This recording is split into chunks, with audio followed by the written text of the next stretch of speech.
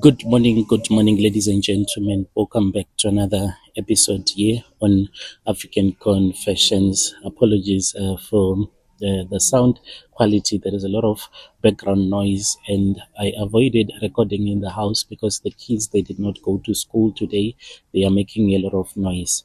The message that I have for you right now that I want to share with you, it was sent to us by one of our admin, and the translation it reads like this.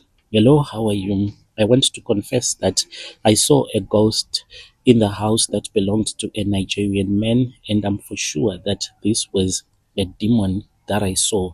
I even heard voices, and my child used to speak in a very strange voice at that time after I had started dating a guy who was a Nigerian and he was a blesser. I live in Tembisa, and at that time when it happened, the situation at home it was really terrible. My mom was working short time at a factory, and this happened when I was still going to university. My younger brother was also working, but he was just earning peanuts. All of his money will be finished on transport money and food. As for me, I would try in whatever way that I could to assist my mother, but it was very difficult. So I was already at college at that time, and the money that we had in the house, each and every little money, it was supposed to be accounted for because at the college where I was attending, it was a little bit far from Tembisa, so I needed two taxis just to get to campus and to also come back home. There were days when I would sit in class with an empty stomach, just hoping that God will just see me through so that I can finish up with my education. One day, that was when I went to this other mall in Midrand. When I went there, I want to be honest with you, I had already started doing hookups with different guys because this was the only way that I had seen that I could survive. As I was doing these hookups, I would usually meet up with the guys, and I had a rule that I had set for myself. This rule was that I just don't go to a hotel with a guy before I meet him first in public, see how he behaves around me, see how he treats me, then I'll make a decision. Usually, I'll date a guy for 2 or 3 days. After dating that guy for 2 or 3 days, then I will see if it was fit for me to go and sleep with a man. Most of the guys that I was dating, they were local guys. They would offer me money, usually your 300, 400, after sleeping with you twice that afternoon when you would have gone to a hotel. And I would use this money to buy groceries for the house, just your simple things like bread, milk, here and there, buy chicken for my mom, and I was always broke at that time. I went to see this man in Midrand. He was also a South African that I had met on Badu. This man, he had told me that he wanted us to do a hookup and he was going to give me money afterwards. He did not want us to start by dating. He said, just tell me your price and I can give it to you. We go to a nice guest house. We just enjoy the rest of the afternoon and I can give you even 1,000 rands because you are very beautiful. I then said, oh, okay, it's fine since you are the one that have made the offer, but I'm not going to be meeting a strange man at a guest house. We need to meet in town first. And he said, I am in Midrand. That is where I am staying. Can you come to the mall in Midrand? So I agreed. And then I got onto the taxi and I went to Midrand. When I arrived there, this man, I did not like him at all. I don't know why. I just had a negative vibe. Me and him, we did not click. We went into Wimpy and we ordered breakfast. We sat down, we ate, but I just did not click with him. I told him that unfortunately I was not feeling safe around him. He was mad at me, saying that, why didn't you say so before I ordered the meal? And I said, this is a red flag. If a guy if a guy takes you out, then after you would have eaten the food, then he wants to sleep with you and you refuse, and then he say, why didn't you say that you do not love me before I had wasted my money on you? What more will he do to you when you are in a private space where he can even murder you? So I was stuck. The only money that I had in my Capitec account when I checked, it was only 80 rand. I only had 80 rand. So I wanted to return back home. I knew that at home there was nothing, even though I had eaten, but I was thinking about my mom because my mom, she had not gone to work on that day. So I went into Pick and Pay and I was putting my things in my basket as I was calculating the total on my phone. I miscalculated. So I took the bread, milk, and then a dry pack, and all of this money, it was above the money that I still had in my account.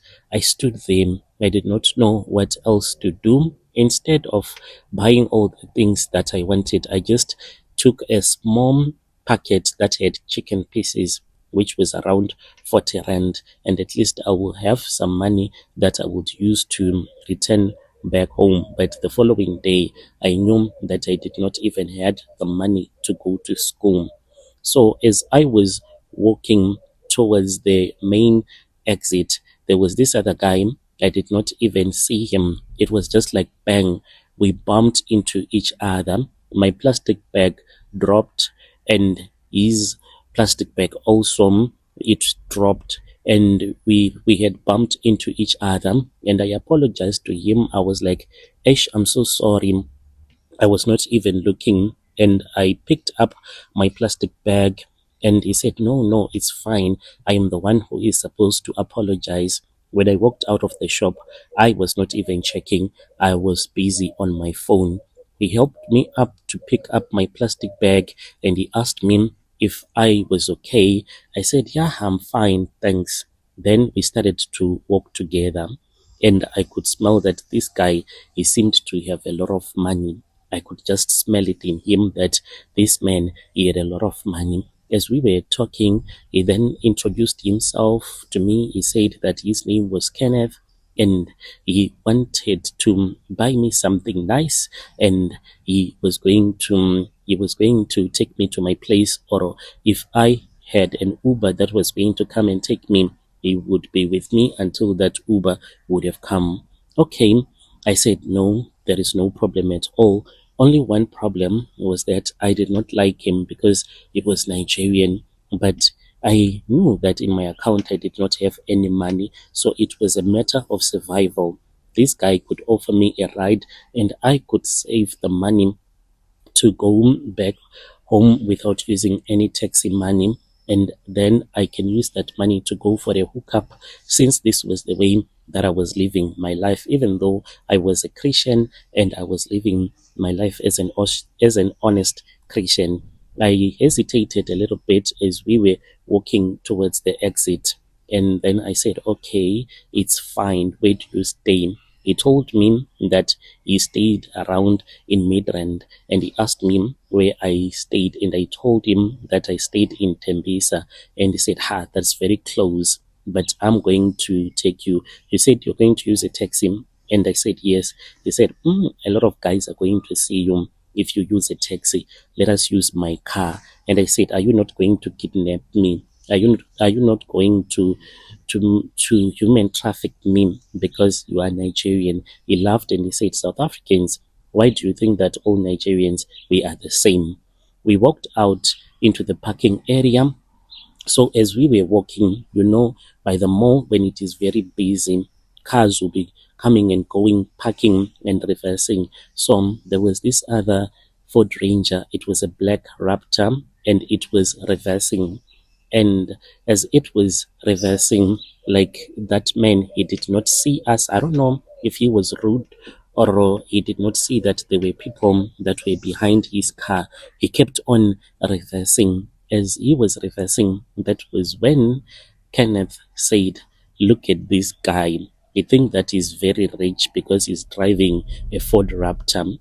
And then we walked and we walked until we reached the place where his car was. The car that he was driving, it was a Lamborghini that he had, like that SUV. And I was like, wow, this is the car that you drive. He laughed and he said, yeah, even though I drive this car, I am not arrogant, he said as he was pointing to that man who had nearly bumped into us with his Raptor. He said, I don't drive a buggy. I asked him why he was saying that he would never drive a car that is like a Ford Raptor. He said that this car, it is for poor people or for people that own construction companies. It is used in the construction company. I was shocked by his arrogance. Anyway, we got into his vehicle. When we got into his vehicle, he then said that he wanted to drive with me to his place and he wanted to exchange cars. And I was like, Palisa, you're going to be kidnapped. What are you doing, girl? This man is going to kidnap you. Where does he want to go with you? But anyway, I was already in the car. I said, fine. We drove for a short distance and then we went to his house. And it was not very far from the mall. When we got there, we entered into the residency and I saw that there were plenty of cars that were parked in the driveway. He told me that all of those cars, they all belonged to him. And I was like, wow, they are people that have money, that are loaded with cash. He said that this was nothing. He had more of it from where it had come from. So we started to talk. And then he said that we were going to use one of the other BMW. It was an X6. He said he did not want us to go to Tembisa with the Lamborghini, but an X6, it can blend in the location. We then got into his car and then he took me to my place and he told me that he was supplying those other shops that sell car parts, and he told me that he supplies for the luxury market. You can buy some of these parts in Europe and sell them in South Africa, and he was running that business of importing into South Africa. Yo, it sounded really legit, even though I did not even understand really what he was talking about. All that I wanted to understand was he making a lot of money out of it? So he took me back to Tembisa. When we arrived home, that was when he pulled out a stack that had a lot of 200 notes, and he gave some of the money to me and he said that you can buy whatever that you want. He gave me 1,200 rands on that day. Fast forward, me and Kenneth, we started dating. As for his apartment, it was really beautiful. He stayed in the same area. It had cluster houses, and in that place where he was staying, there were a lot of Nigerians and other foreign guys that were staying there as well. So I started to visit him, going to sleep with him for a sleepover. He would always tell me that I have to make myself feel at home at all the times. I started to enjoy being around Kenneth. This man, he had a good heart. He made sure that even my family was well fed at all the times. As time went on, he started to open up about his other business interests that he had in his country, in Nigeria. And one particular thing that I always wondered was that why is it that he always avoided to sleep with me during the day? He did not want to sleep with me in broad daylight. If I would try to touch him in broad daylight, he would even get angry, saying that I was disturbing him, even if he was not on the phone or sitting by his laptop. Somehow, he would find a reason to tell me that he was busy with something or even meditating. Since he was a Muslim, he said that he would be speaking with Allah, his God, so I was not supposed to disturb him. Okay, since I am someone that is not lazy, if I see that he did not want us to kiss and cuddle during the day, what I will do is that I will start to sweep. And he had told me that there were things in the house that I was not supposed to touch. There was a statue of a woman. This statue of a woman, it was in the hallway. It really seemed so scary, especially at night when the lights were on. You would think that there is a person that is standing in the hallway. Over the next couple of months, being around him, it was not nice at all. He started with a good character, but as time went on, I started to see him for who he was really, for whom he was for real. And I started to notice that he was abusive. Even his previous girlfriends, I saw photos in his phone of the girlfriends that he had beaten up. Then I started to have dreams. Whenever I would be with him, I would have a dream and I will see a Nigerian woman who will claim to be Kenneth's mother, and she would cry, she would say, my daughter in law, please help me, please help me. I am locked in this bedroom. I can't go out. I am tired of having sexual intercourse with my son. Please release me. During the day when he does not want to touch you, I will be sleeping with him. Please release me. I want to rest with my ancestors. This was really scary. One day I woke up and I was on my period. And then Kenneth, he told me that he wanted to sleep with me. I said, I am on my period. Why do you want to sleep with me? Just wait. You know that I go on my period for only 3 days. By 3 days, I'll be done. Can't you just wait? Okay, how about you come and you do it in my thighs? This is what we used to do. We will have oral sex, him playing with my thighs until he would have finished. And he penetrated me on that day, and I did not like it at all. When I wanted to bath after sleeping with Kenneth, he totally refused. From that day, that was when I started to have irregular periods and I started to have depression, anxiety. I was even taking some depression medication the time that I was dating this Nigerian man. He then told me that he wanted to go to Nigeria. Before he had gone to Nigeria, there was this other woman that was a prophetess that was also staying in Tembisa. One day I was walking to the spaza shop. She then called out to me and she said, Wena Palesa, these days you are looking wonderful. You are glowing, Shem. Can you come? I want to give you a prophecy. So, because I am someone that is always positive minded, I thought that maybe the prophecy was about how this Nigerian man was going to give me one of his cars, like he had promised me that he would do one day, a surprise to give me one of his nice luxury vehicles that were always parked at his house.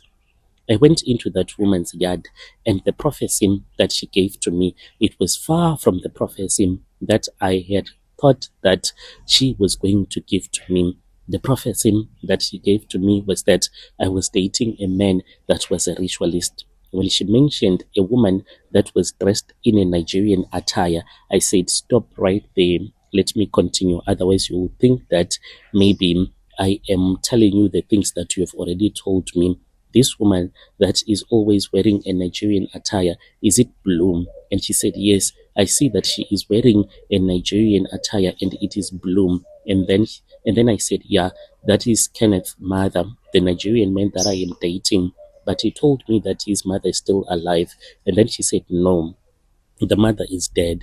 Whenever he goes to Nigeria, he goes there to fix her spirit because her spirit is so powerful. She wakes up, and when she wakes up, he makes less money. Then I started to understand why is it that after 2 3 weeks he flies back to Nigeria for a day. Then he comes back as if he's just going to the supermarket and coming back, yet he is flying in between countries. So I was then given some charms that I was supposed to use. They were not like your traditional charms, but these were like prayers that I was supposed to use inside of Kenneth's house when he was not around. When he went back to Nigeria, I then put them underneath my pillow. That was when I saw a person that entered into my room. This person that entered into my room, it was a woman, but this woman later on became a man, and it climbed on top of my bed, and then this man started to sleep with me. When I woke up, I had spoiled up the entire bedding. There was blood everywhere. I returned back to Tembisa and then I told my mom what had happened. My mom then said, I told you were not supposed to date that man. I never trusted him. When he came to our house, the scariest thing that happened was that we slept together. Obviously, we lied to my mom. Kenneth was given his own room to sleep in his own room, and to sleep, and I would sleep in my own normal bedroom. But since we were lovers, at night I sneaked out of my room and I went to sleep with my boyfriend. It was somewhere around midnight. That was when the dogs started barking in the neighborhood.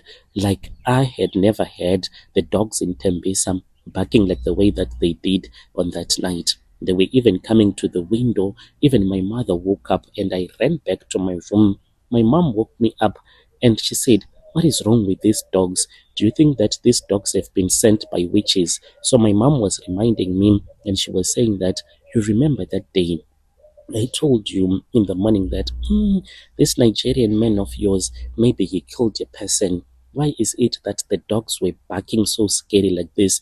It was as if these dogs, they even wanted to enter into the house. They were barking, scratching the door, something that had never ever happened in our entire life living in Tembisa." So when I was in Midrand, it also happened once, but it was not that much. When I saw that demon, I ran back home and then I told my mom. My mom then said, "Let us throw away all the things that he bought for us." My mother had been given a nice a nice earring set that he said he had bought in Nigeria, including a ring and a necklace that he said that he had also brought with him from Nigeria. My mother went and she threw away all of those things in the river. We then went to that apostolic prophetess and she said that I was supposed to be cleansed, otherwise my things will never be okay. After the cleansing, me and Kenneth, we were still talking. Later on, he just went silent on me. He stopped communicating with me. He stopped talking to me all at all. So I then wondered what had happened to him. Had he returned back to South Africa? When I tried to reach out to him, his WhatsApp, it was no longer working. I then went and I checked Kenneth's TikTok account and I saw that his latest video that he had taken once he had landed in Nigeria, there were a lot of comments that were saying, "Rest in peace, Boss Kenneth." Many of those comments, others' comments were talking about the way that he had died in his house in Nigeria. And it was as if when they found the body, there was someone that had came and eaten him in between his thighs like a rat had eaten him. Because I even asked in the comment section and I realized that there were also other women that were asking in the comment section, and I just realized that I was one amongst the many women that he was dating. Many of the girls that were commenting, they had Nigerian names and Nigerian surnames. So I told my mom about this and I showed my mom the video. I was then to I was taken to the river where I was cleansed. But before this happened, my child started to speak in a demonic voice. Yo, it was scary. And it happened on the night when I was home alone. The night started very normal. Me and my child, we were busy watching some cartoons on Netflix. So we were sitting by the couch. That was when my child said, "Mommy, there is someone that is standing behind the couch." Yo, the way that I nearly ran into the TV when my child said there is a man that is standing behind us. My child then started to speak in a voice that was so scary, the voice of an adult. I ran outside and I was screaming. I ran to that prophetess house and I told her that this was what was happening. I even left my child alone. I did not want to be around my child as my child was saying all of those scary things. So the prophet called other prophets as well, and then they came and they prayed for my son. We took him to the river that same night and they baptized him into the river, and that was when he became okay again. So I thought that my blesser, he was going to change my life. We will eventually get married, but I can't take away the fact that I met a demon in real life. If there is a woman right now who is stranded in life, you don't have anything to do. I just want you to know that you need to focus on yourself. Stop focusing on hookups, because it say that you're going to end up being killed by serial killers, or you're going to meet a man who will use you for money rituals. What I was doing, being on Badu, meeting men for money, it was risky on its own, but I am grateful that God saved me. Dear listeners, right there was a message that was sent to us by one of our DM sister. Let us speak with our dear sister in the comment section. Strange things indeed, they do happen in this world. Thank you very much for watching.